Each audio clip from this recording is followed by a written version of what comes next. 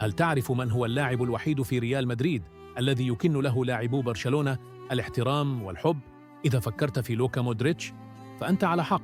في إحدى لقطات الكلاسيكو اصطدم جافي ببراهيم دياز وسقط أرضاً، ثم بدأ يضرب العشب بيديه غاضباً مطالباً بركلة حرة، لكن مودريتش ألقى الكرة تجاهه وكأنه يقول له: توقف عن التمثيل. جافي كان على وشك الانفجار، لكن عندما أدرك أن من فعلها هو مودريتش هدأ تماماً واعتذر له مباشرة.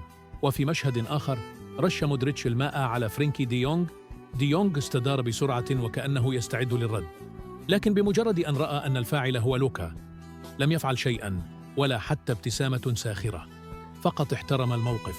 وحتى رافينيا اكتفى بالضحك حين شاهد الموقف، بل وفي إحدى الرميات الجانبية بينما يلجأ اللاعبون عادة لرمي الكرة بعيداً لتضييع الوقت، قام دي يونغ بتسليم الكرة بنفسه إلى مودريتش، علامة واضحة على التقدير الذي يحمله له الجميع. والأجمل من ذلك، في ممر الشرف الذي أقامه لاعبو برشلونة كان مودريتش هو اللاعب الوحيد من ريال مدريد الذي تلقى عناقاً من جاء في نفسه. لوكا مودريتش ليس مجرد نجم، بل هو أسطورة تعامل كأنه أحد أبناء برشلونة، وكأنه كان زميلاً لهم ذات يوم.